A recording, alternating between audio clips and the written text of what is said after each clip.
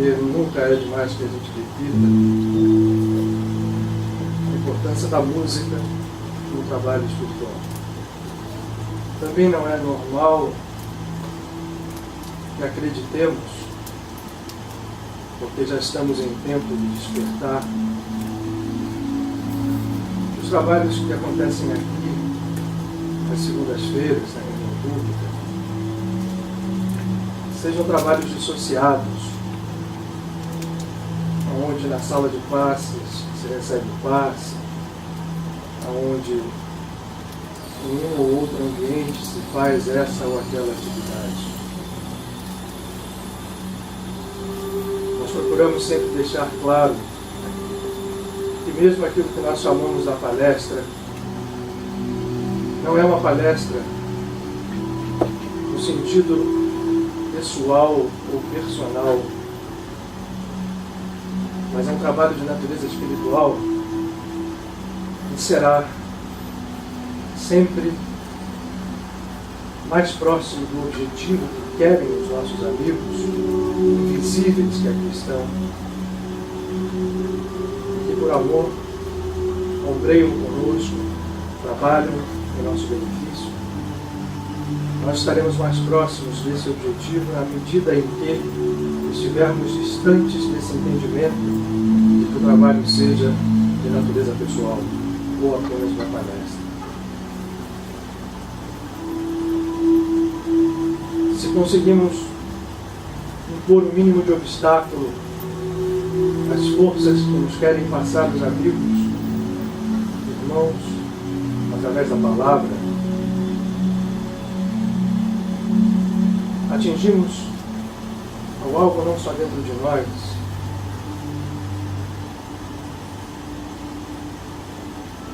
mas podemos nos tornar participantes da extensão,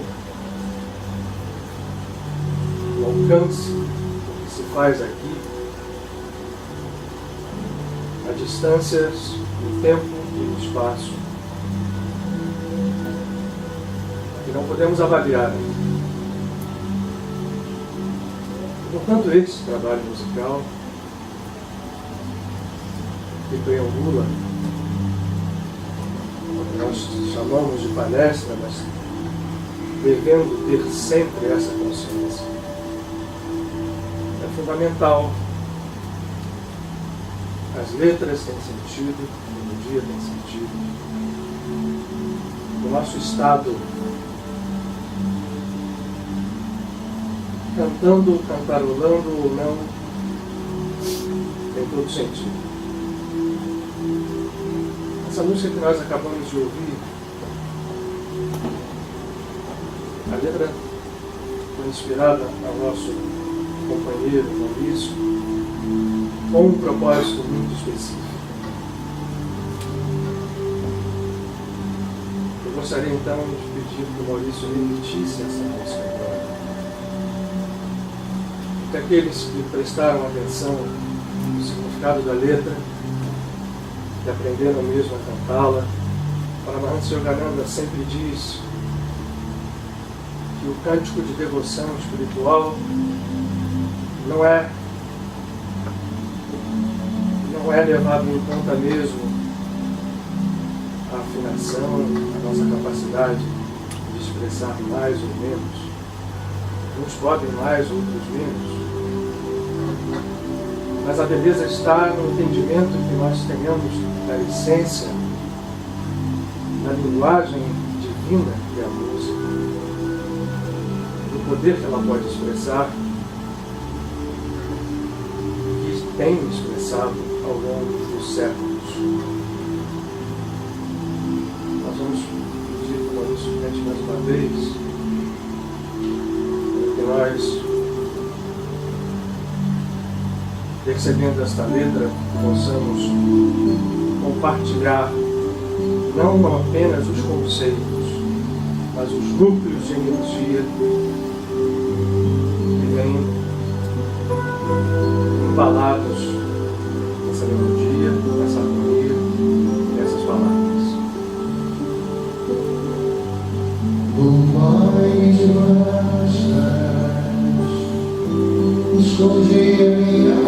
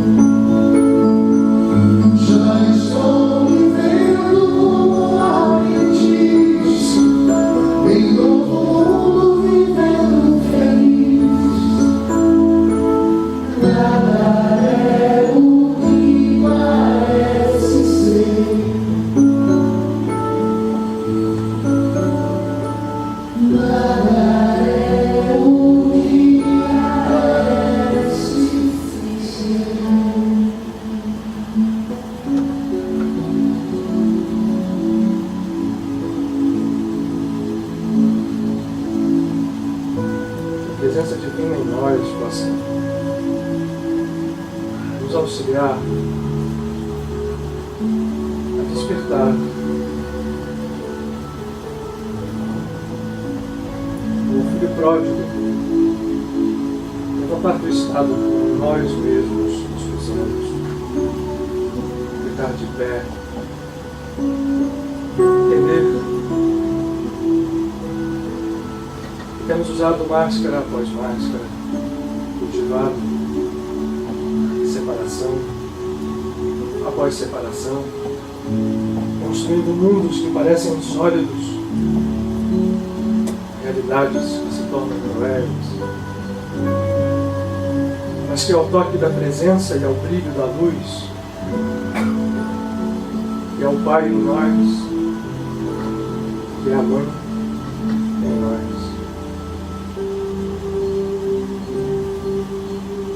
desvanecem em si como a neblina que oculta a manhã, mas será sempre temporária, porque o sol brilha.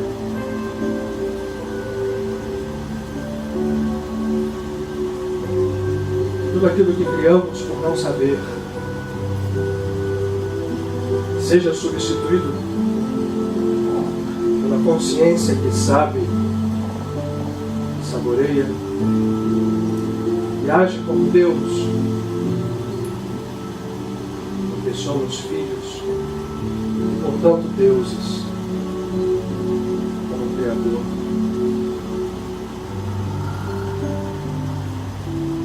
Esta verdade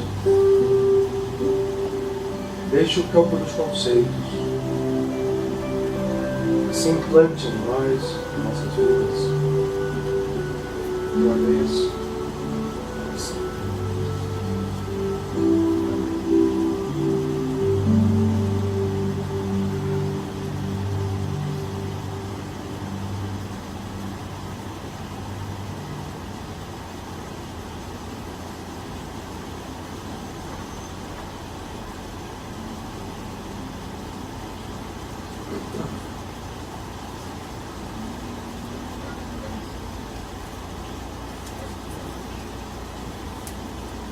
acender as luzes, por favor.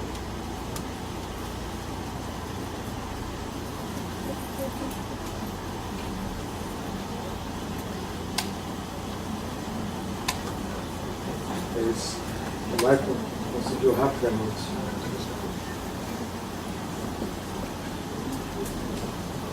Você tem lá, né? Essa é uma segunda edição.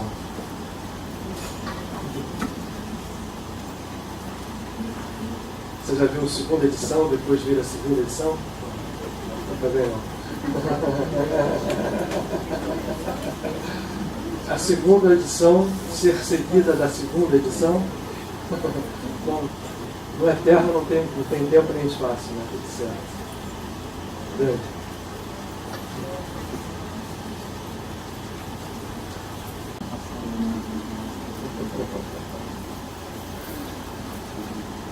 Só fazer uma perguntinha para os que estão aqui. Quem daqui vai a Mendes nesse nosso encontro?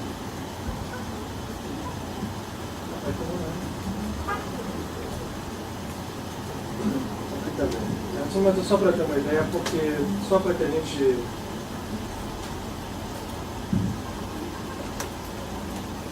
esse trabalho de Mendes, essa explicação vale para quem vai e para quem não vai. É um trabalho que tem sido assinalado pelos nossos orientadores espirituais como um trabalho de fundamento, onde, num pequeno espaço de tempo, são apenas 2 noites e 2 meios dias, ou um dia inteiro, né? De uma sexta a um domingo, na hora do almoço, de uma sexta à tarde. Nesse espaço de tempo, a experiência já tem nos mostrado que os nossos amigos se valem da reunião de propósitos, da reunião de almas, da reunião de corações que se promove ali, para realizar trabalhos de natureza espiritual muito profundos e que não se limitam, não se restringem àqueles que estão ali presentes fisicamente. É por isso que eu fiz a pergunta, só para que a gente pudesse ter uma ideia. E no trabalho, como todo trabalho que acontece aqui nessa casa, é coordenado pelos nossos amigos espirituais, são formais. E acontece sempre, né, para provar isto, parece, que eu, por incapacidade minha, né, porque também, como todos vocês, estou na vida diária e com 1000 atividades e às vezes com pouca capacidade de percepção com clareza daquilo que os nossos amigos querem, eu sempre tenho sinais, uma proximidade muito grande do trabalho, daquilo que se quer fazer, daquilo que seja o propósito, daquilo que é o objetivo a ser alcançado. A gente marca o trabalho com um ano de antecedência. E o trabalho só fica encerrado na sua forma com alguns dias de antecedência. E algumas expressões dele acontecem na dinâmica do momento. O que eu quero dizer com isso? Que é um trabalho de natureza espiritual e por essa dinâmica eu convidaria a todos aqueles que estão aqui e que não vão, se quiserem, a estar ligados no processo que a gente vai conduzir lá. Não há nenhuma solução de continuidade das conexões espirituais, nem de espaço, nem de tempo, e, portanto, aqueles que quiserem estar conosco, sem estarem presentes fisicamente, poderão estar. E aí, foi mais ou menos pensando nisso, que eu gostaria que nós hoje fizéssemos um sobrevoo em relação àquilo que nós vamos buscar em conjunto a partir da sexta-feira. Como tem acontecido, aliás, eu quero fazer um parênteses. O Otton falou da missa e falou da passagem de Mateus, na passagem interessante, quando há separação entre bodes e cabritos, e onde aqueles que estão ao lado do Senhor falaram Senhor, Senhor, e apenas falaram, né? São chamados a dizer o que fizeram, o que foram. Todo ritual de natureza religiosa, de natureza espiritual, nasce de uma boa fonte. Todo mestre que vem ao mundo, em qualquer época, todo avatar, todo mensageiro do Eterno que vem à face da Terra, traz a mensagem divina sobre um aspecto que é necessário, que é próprio, que é adaptado ao momento, à civilização, às necessidades humanas daquele instante. E Swami Vivekananda, um daqueles que no século XIX trouxe a mensagem do Vedanta do Oriente para o Ocidente, gostava de repetir uma máxima que ele aprendera com Sri Ramakrishna, seu mestre, seu guru. Um avatar vem ao mundo, institui com a sua vida um modelo, um processo, abre um canal de energias por onde passa a presença divina para cada um daqueles que se conecte com ele, deixa o mundo em circunstâncias específicas para cada um, e aquela mensagem passa a ser vivida, vivenciada por discípulos, transmitida, aprendida. E aí vem o diabo e cria uma religião. Assim dizia Swami Vivekananda. O que eu estou querendo dizer com isso? Todas as religiões são santificadas quando a gente olha o seu princípio fundamental. E aí, o Otton, ao se referir à missa, me lembrou uma passagem que eu aprendi com a minha avó materna, que era médium, enfim, que trabalhou desde cedo a sua mediunidade, servindo as pessoas, e foi para mim uma pessoa muito especial. E espírita, mas na fazenda onde ela vivia, ela construiu uma igrejinha para que as pessoas da comunidade, muito pobre à sua volta, pudessem ter acesso à religião. E tinha lá um frei franciscano, alemão, chamado Frei Zeno, que ia rezar volta e meia missas.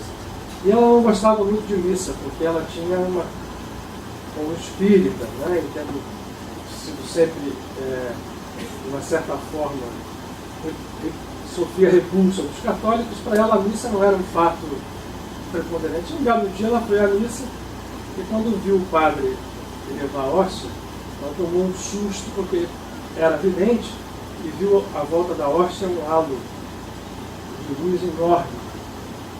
E ela era muito engraçada, ela viu aquilo e o frei que estava rezando a missa, esse Frei Zeno, que era uma pessoa boa, mas enfim, nada demais, nenhum santo, viu que ela tinha ficado pálida lá do altar. E depois ele chegou lá, e que houve com a senhora ficou pálida ali? Eu falei assim, eu vi, realmente vi. Na hora que o senhor ele levou a hóstia, aquilo cresceu num halo de luz brilhante. Agora eu fiquei com uma dúvida danada, como Deus é bom, né? Um padre safado igual o senhor. Ela era muito verdadeira. Na hora que o senhor levou aquilo, a luz brilhou de todo jeito. Ele disse assim, pois é, a senhora viu. A senhora tem razão. Vamos diminuir o safado? Nem tanto assim, mas eu não sou nenhum santo. Mas naquela hora, Deus está presente. Pois é, então o senhor não fica achando ruim quando eu também estou fazendo trabalho, porque Deus também está presente ali. E isso acontece em qualquer reunião onde as pessoas buscam a divindade. Seja numa missa, seja num encontro num templo budista, num templo Hare Krishna, numa sinagoga, aonde seja, aonde dois estejam unidos em harmonia, o processo da divindade se manifesta. Então, a gente tem que sempre entender isso e respeitar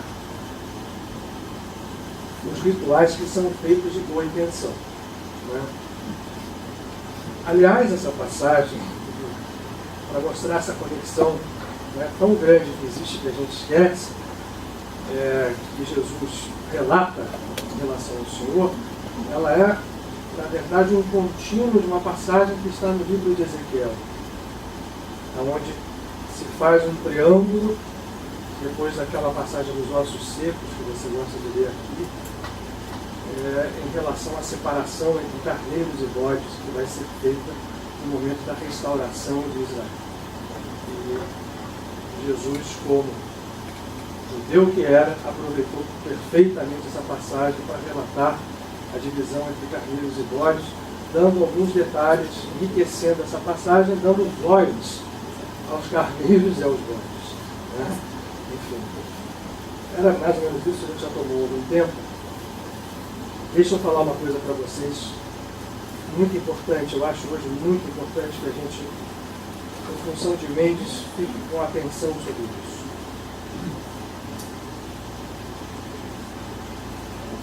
Os tempos são chegados. O que significa que os tempos são chegados? Isso não é um anúncio de catástrofe, não é anúncio que vai acontecer, isso vai acontecer aqui. São chegados no sentido em que cada um de nós, especificamente, na sua peculiaridade própria, na estrutura que nós mesmos criamos, porque nós todos somos um pequeno universo. Cada um de nós é um ser específico e, sabendo ou não disso, tendo mais ou menos consciência disso, estruturou dentro de si mesmo um universo. Universo este composto, que a gente pode usar perfeitamente essa figura, para comparar de galáxias, de planetas, de estrelas. Dentro de nós, se nós pensarmos apenas no nosso corpo físico, essa ideia já é válida. Nenhum de nós para pensar durante o dia. Nesse exato instante, existem 90 e poucas pessoas aqui nessa sala. A gente sabe porque as cadeiras mais ou menos chamam isso. Nós somos 51. Nesse exato instante, existem 98 corações pulsando em ritmos específicos por minuto, cumprindo uma função de bombear o sangue para todo o organismo, de recolhê-lo e mandá-lo de volta. Nesse mesmo instante existem trilhões de células, os órgãos que nós conhecemos por conhecer, mas que temos pouquíssima consciência de como trabalham, executando mais ou menos bem o seu serviço. Esse serviço é muito complexo. Isto, por si só, se nós pararmos para pensar, existe um cérebro que nesse instante veicula a nossa consciência física, os pensamentos que passam pela nossa mente, reflete os sentimentos que vão dentro do nosso ser, passando pelo coração e chegando a ele. Se nós pensarmos nisso tudo, não há como nós deixarmos de comparar isso a um pequeno universo. Mas não é só isso.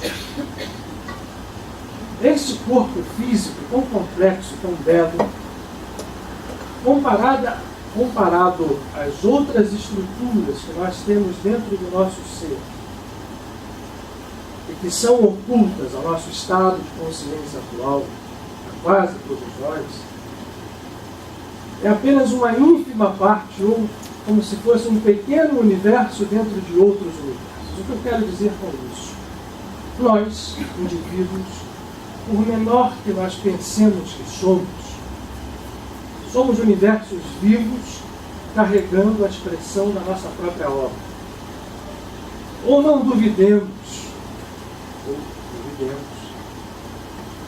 o nosso corpo físico hoje, como ele está, com o seu estado de saúde, com o seu estado de expressão, com as coisas que passam por ele, com os pensamentos, com os achaques, com as fortalezas. Não duvidemos que ele expresse o resultado dessa obra criadora que nós temos realizado ao longo da nossa evolução. E se nós entendemos que essa evolução é mais ampla, é mais complexa do que os míseros, agora já aumentou, 90 anos de uma vida física, que hoje se vive até os 90, mas que ainda assim, em relação ao tempo, como nós entendemos o tempo, mesmo no nível físico, é nada. Não pensemos nós que a evolução se dê restrita apenas a esse espaço de tempo. E, portanto, se este corpo físico espelha com precisão um processo criador que nós temos sob a nossa responsabilidade e que reflete outras estruturas mais profundas, também criadas por nós, é agora que eu gostaria de chamar um pouco a atenção. Quando nós acreditamos num ser superior, na divindade, nós temos a tendência imediata a atribuir a criação a Deus, isso é verdade, mas esse Deus a quem nós atribuímos criação é um Deus que nós geralmente projetamos ele muito fora de nós, ou muito distante de nós, e que essa criação nos é dada de uma forma complexa, de uma forma informe.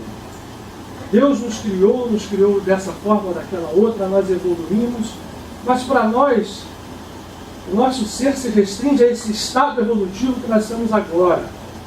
O que está para trás nas outras encarnações, se nós acreditamos em outras vidas, ou no caminho que nós temos traçado, nós não temos o hábito, primeiro, de conscientizar a sua existência e depois de entender que essas estruturas são frutos, sim, de criação divina, sim. Não se nega isso. Mas o Criador divino determinou esse processo de criação deste pequeno universo que somos nós. Não é outro, senão nós próprios.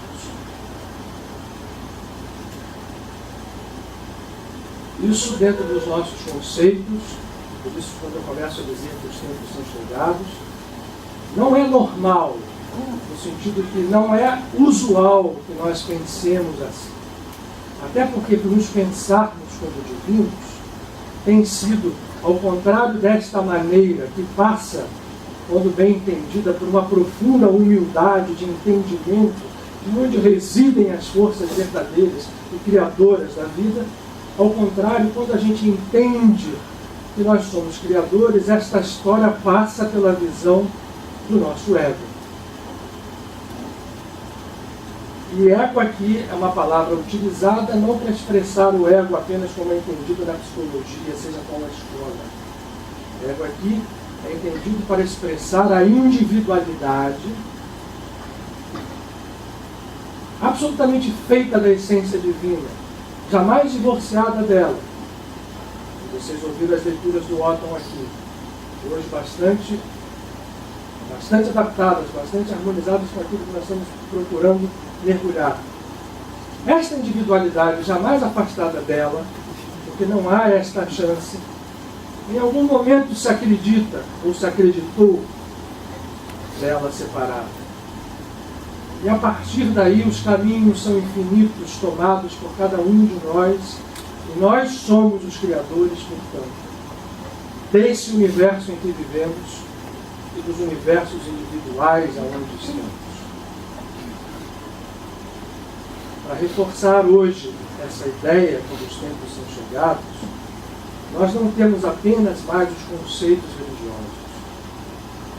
Einstein, um dos grandes missionários que a ciência teve, porque a partir do século XIX, não só os conceitos espirituais, mas os conceitos trazidos pela ciência, cada vez mais surpreendentes e hoje muito mais surpreendentes do que eram à época de Einstein.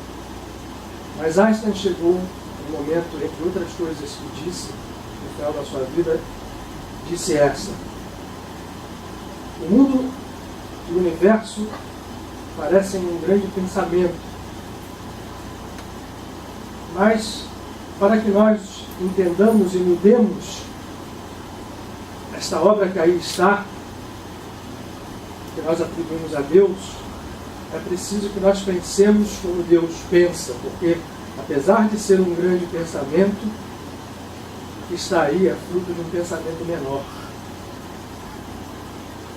E não vamos mudar a realidade se continuarmos a pensar da mesma forma.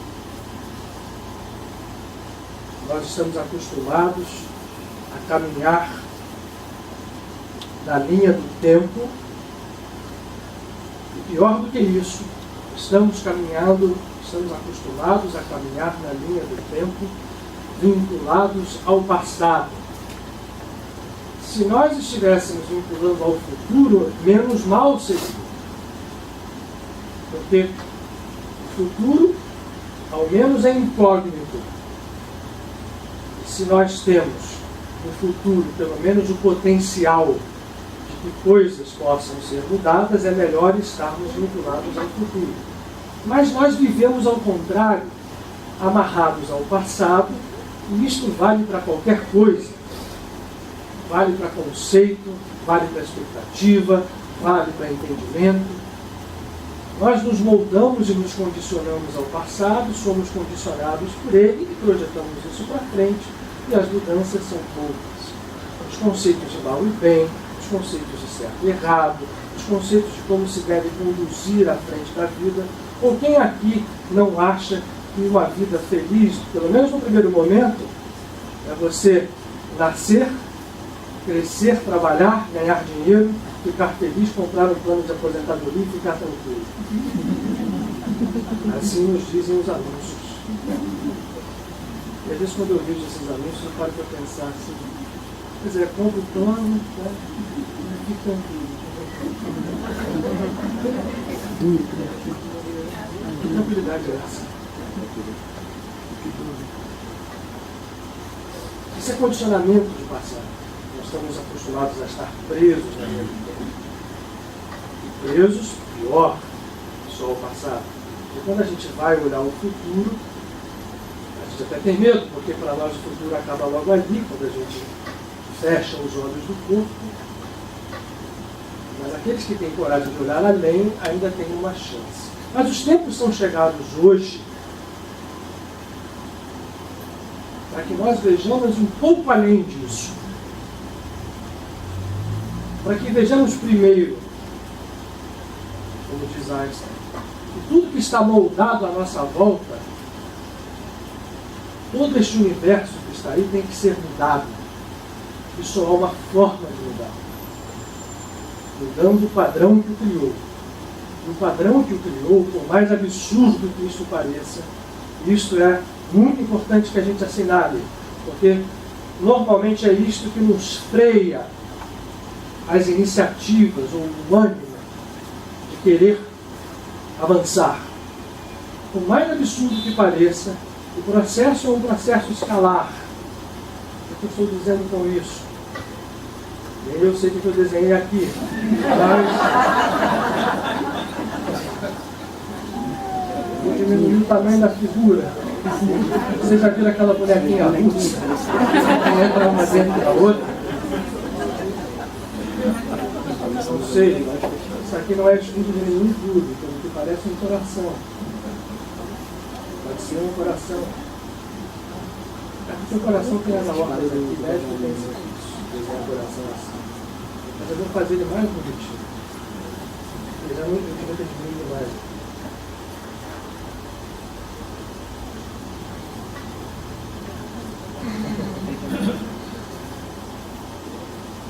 Imaginem que aqui existam milhões dessas figuras.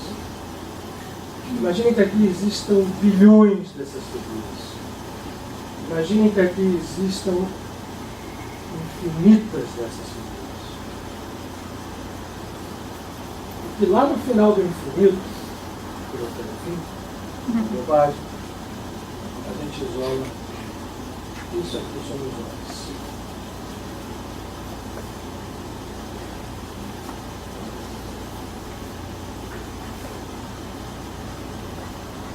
Nenhuma escola espiritual, seja qual for ela, se nós olharmos os Vedas, se nós olharmos toda a estrutura de saber espiritual dos egípcios, se nós olharmos a Kabbalah, se nós olharmos o cristianismo místico, o budismo, o taoísmo, nenhuma delas vai dizer diferente do que aqui está. E todas elas hoje estão chanceladas pelo processo, graças a Deus, maluco que balançou todos os paradigmas humanos a partir de trabalho de missionários da ciência, como Einstein, como aqueles que geraram o conhecimento que nós chamamos da mecânica quântica, que a gente chama erradamente de física quântica, que o nome mais certo é mecânica quântica. E este processo mostra uma coisa, seja em que linguagem a gente olhar, seja na linguagem Vedanta, dos Vedas, seja na linguagem, enfim, cabalística, seja na linguagem científica.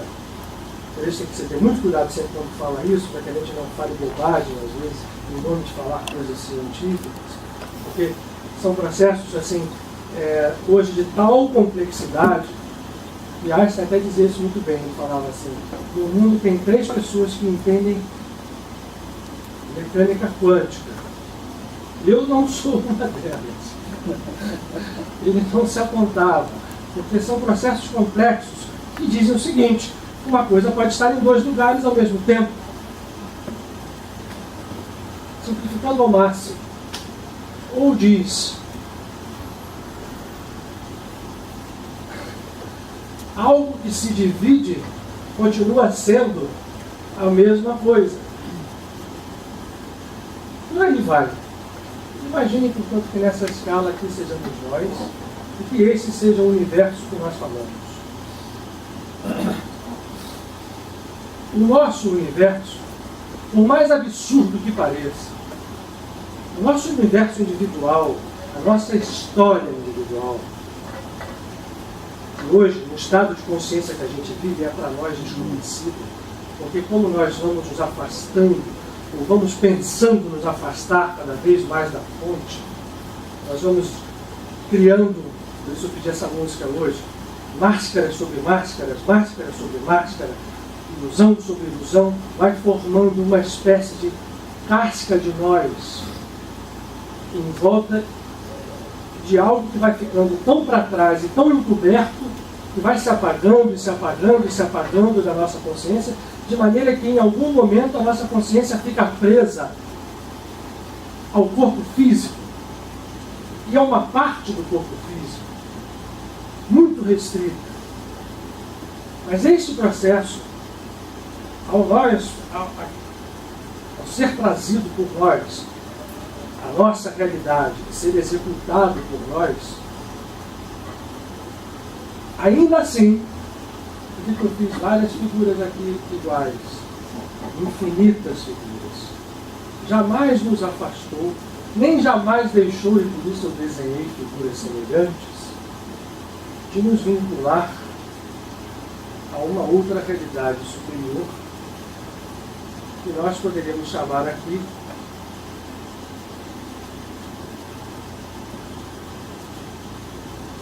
vou usar uma palavra temerária, infinito, ou sem fim, ou desconhecido, ou inefável. Deus cabe aqui? Cabe. Desde que nós entendamos que aqui não estamos falando de nenhum ser individual, mas algo transindividual que passa por todas as individualidades e ainda assim se expressa como uma delas. O que eu estou querendo dizer é, isto aqui tem equivalência aqui. E, portanto, o nosso trabalho, quando são chegados os tempos, deve se resumir aqui. Porque quando eu faço isso, e qual é o trabalho? Quando os tempos são chegados. É o trabalho de, ao olharmos para dentro desse universo interno, descobrirmos as conexões que existem entre ele e tudo aquilo que cerca. Aqui existem as outras pessoas, aqui existe o universo. Vamos imaginar, por exemplo, que naquelas infinitas figuras que aqui estão, uma delas seja o nosso universo conhecido, que nós habitamos hoje, com os seus, já são 17 bilhões de anos-luz de extensão, com as suas 600 bilhões de galáxias, cada uma delas provavelmente com 100 ou muito mais bilhões de estrelas. Imagine que isto é aqui, nós, na nossa individualidade, aparentemente não estamos muito errados, insignificante, carregamos dentro de nós este processo.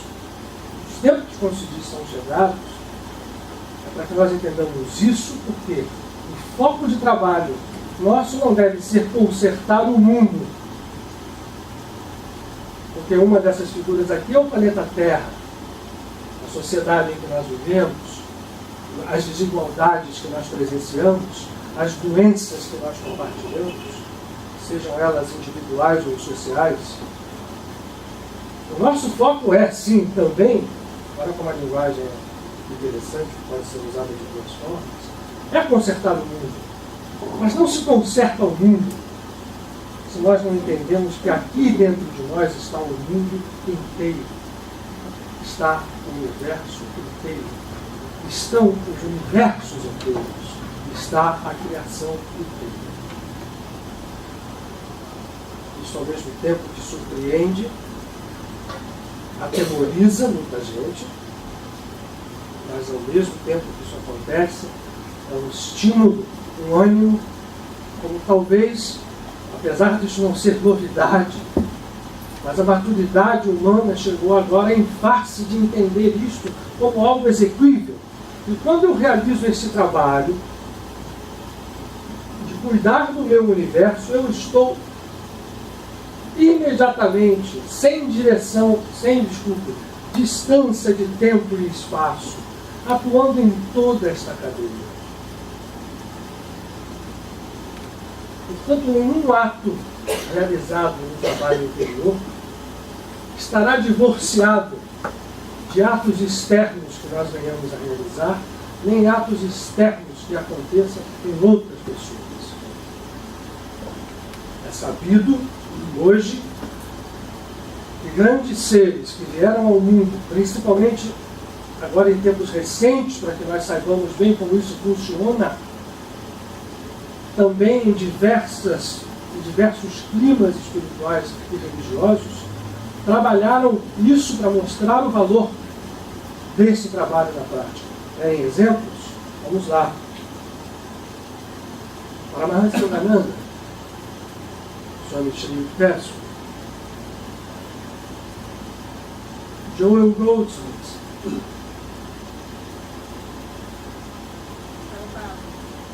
Satya Sai Baba, vamos lá, gente. Madre Teresa de Calcutá, Pio, Lewandowski, Chico. Muitos deles tiveram ações externas evidentes. Outros tiveram pouquíssima ação externa. Eu dou um exemplo sempre aqui. Teresa de Jesus, Teresinha de Jesus, que jamais saiu do seu convento. Padre Pio pôs o pé fora de São Giovanni Rotondo, sabe quantas vezes na vida, depois que ele entrou para o convento? Não tem aí.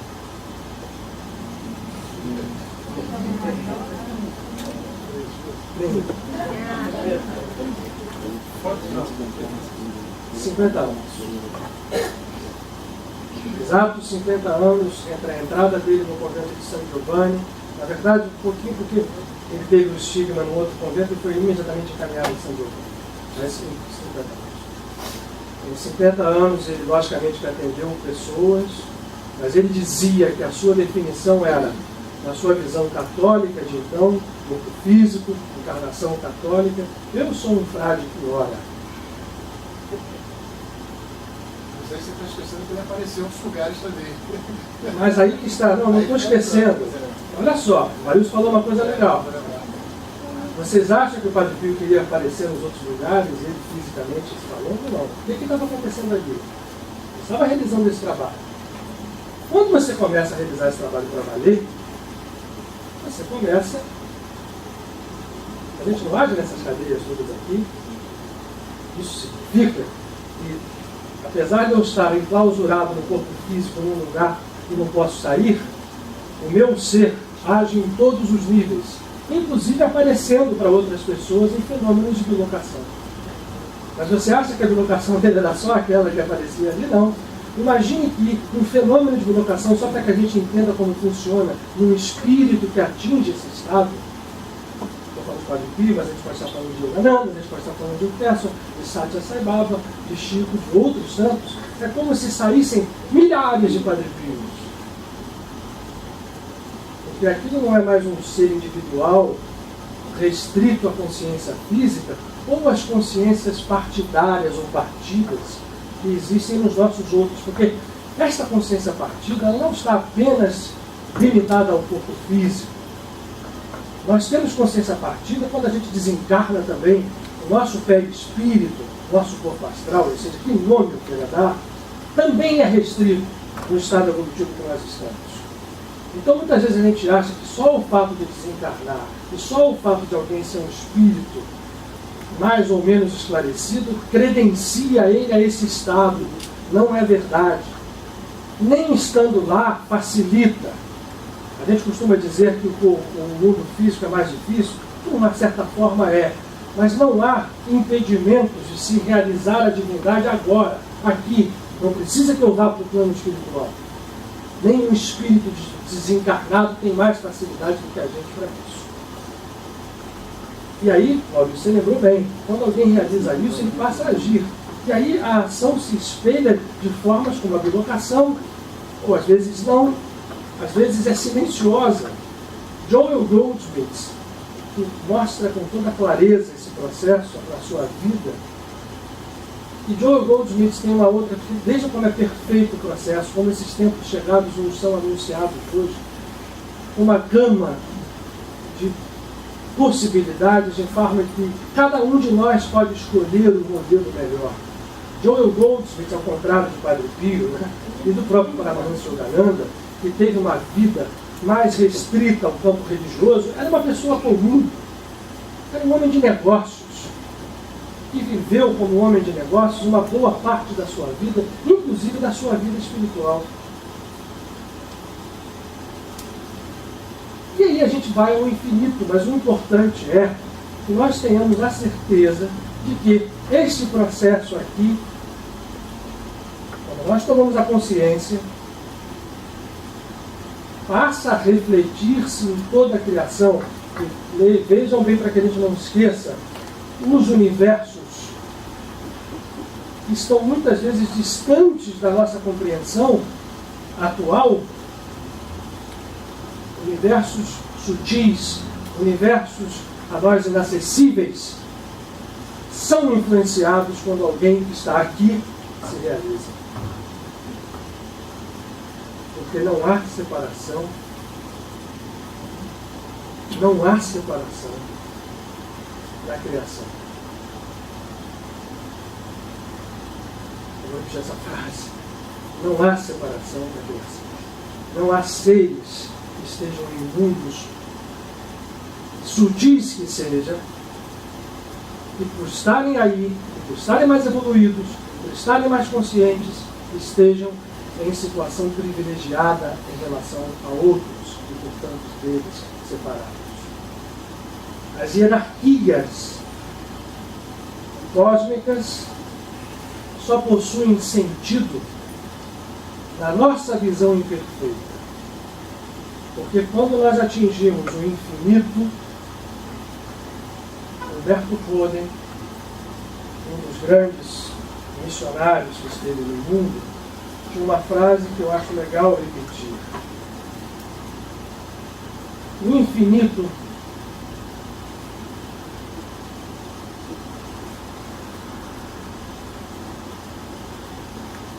não é a soma dos espaços. Quando a gente tem infinito em relação à sucessão, à contagem. O eterno não é a soma dos tempos.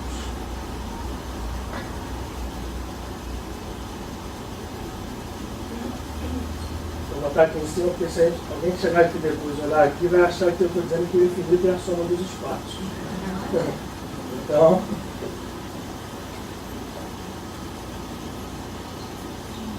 não.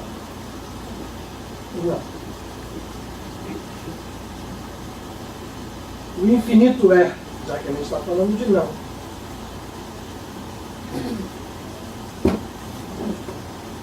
A negação do espaço e a negação do tempo. E, portanto, o infinito está à nossa disposição, no nosso estado. A gente fez aqui, rabiscou, há umas 3 semanas ou 4 atrás, eu não me lembro para vocês.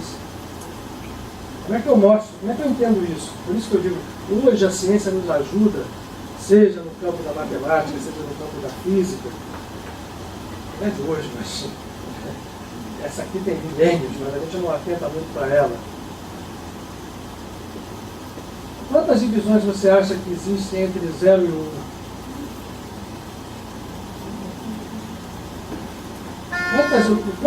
Quantas vezes eu posso dividir esse segmento de reto aqui?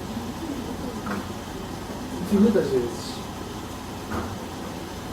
E é verdade mesmo isso. Matematicamente é verdade. Nosso professor de matemática está aqui para dizer se eu estou errado ou não, mas isso ele não vai dizer que eu estou errado. Outras coisas até pode.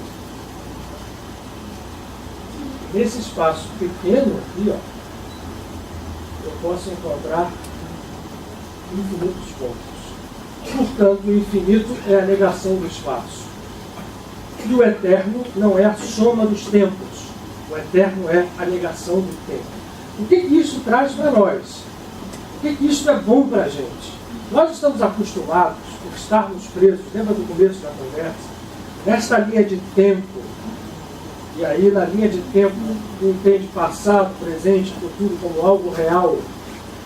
É real? Para nós está aqui, a hora está passando, o relógio está correndo. Isso para nós é real. Para o nosso estado de consciência é real. E, portanto, nós estamos presos a isso. Nesta linha de tempo, nós estamos presos quase que sempre ao passado. Porque é o passado que determina os nossos medos. E o passado foi criado por nós.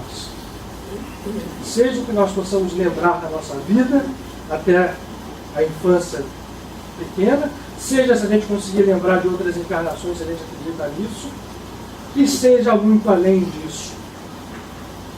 Esse passado criado por nós se remete a muito, muito além.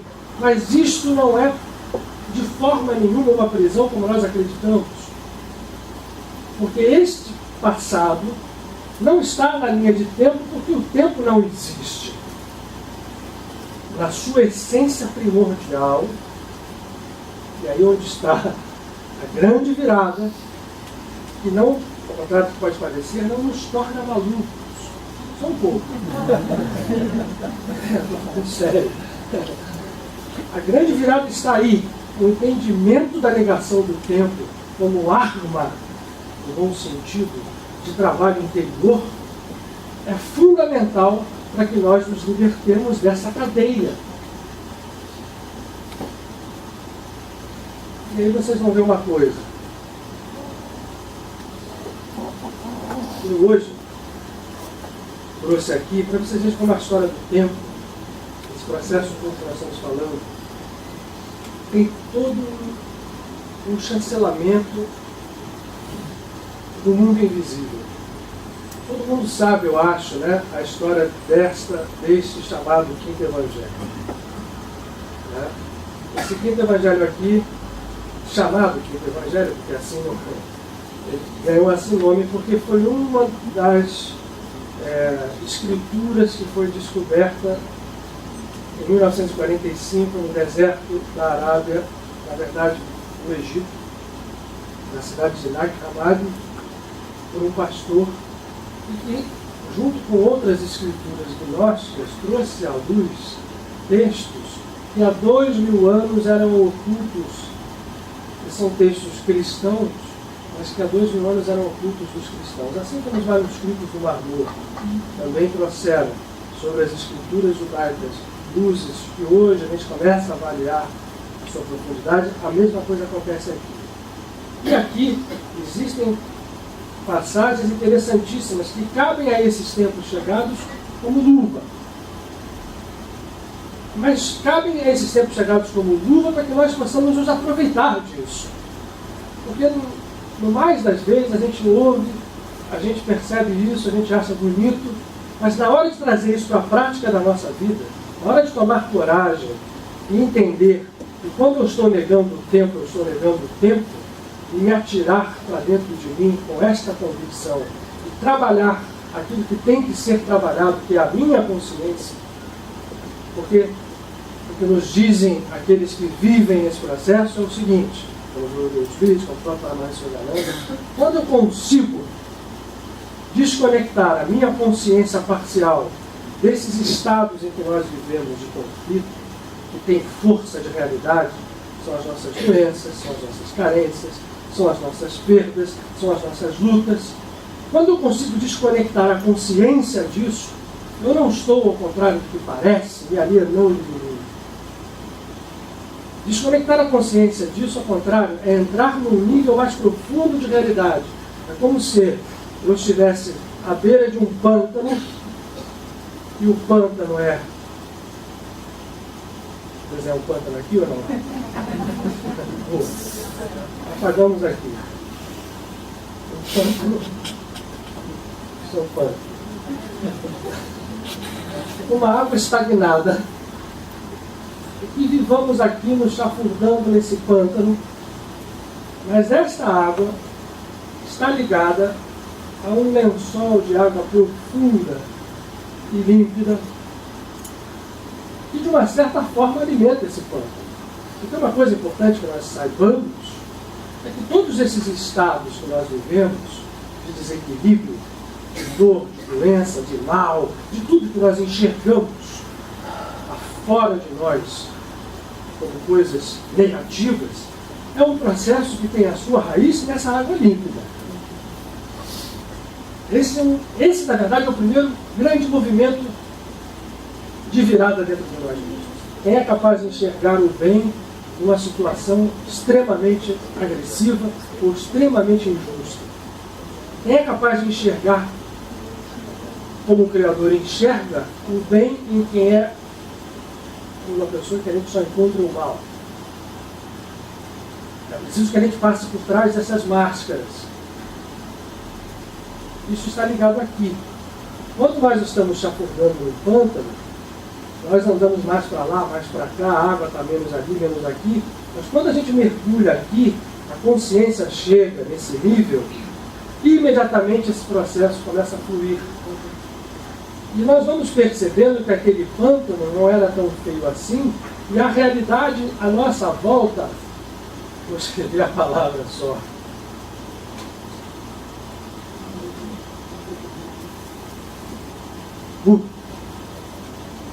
isso aqui não é o segredo, não é pensamento positivo.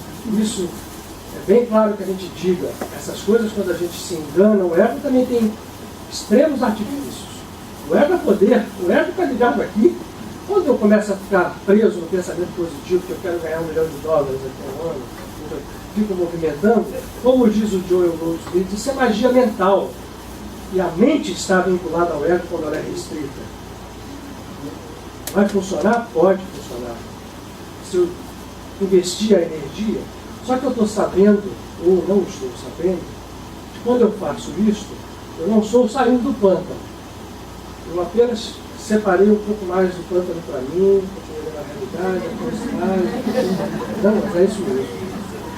Quando eu quero mudar, eu vou lá no fundo. E ir ao fundo não é pensamento positivo.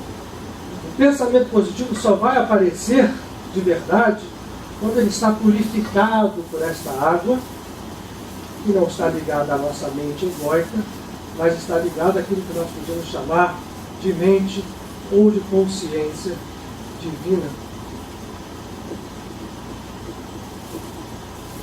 Finalmente encontrada por quem fez esse mergulho. Fazer um mergulho significa... A gente já sabe. Vocês querem que repita? Fazer um mergulho significa você olhar para dentro de você mesmo e encontrar luz. E luz é o quê? Luz é não partição. Luz é não conflito de povos. Luz é não enxergar mal ou bem em alguma coisa. Luz é enxergar aquilo que o divino enxerga, que está além do mal e do bem, porque funde os dois em uma realidade superior. E, portanto, quando eu faço assim, eu sou incapaz de condenar alguém, eu sou incapaz de agir em função dessa condenação, e sou incapaz de agir de outra forma que não seja o amor incondicional. O amor não é um preconizar moral ou de uma doutrina que nós temos que seguir porque Deus vai nos premiar ou deixar de castigar. O amor é a própria força que impulsiona o universo. O amor é a força que nós utilizamos e, veja bem, na hora que nós utilizamos essa força de forma distorcida, ela cria esse pântano. Será sempre a mesma essência. Aqui distorcida, aqui enrolada sobre ela mesma, aqui limitada e aqui infinita. E por infinita disponível agora, nesse instante. Sem que a gente espere eternidades, sem que a gente precise passar por caminhos sucessivos de dor e sofrimento, de causa e efeito. Porque uma das coisas que a ciência nos ensinou agora, com a criação da mecânica quântica, é de que o conceito de causalidade, como nós o conhecemos e adotamos ainda agora, é incompleto, profundamente incompleto, extremamente fascinante, a ponto de ser negado por alguns cientistas, a dizer que não há causa. Há cientistas que são radicais em imaginar o seguinte: só probabilidade. Não há causa, apenas probabilidade.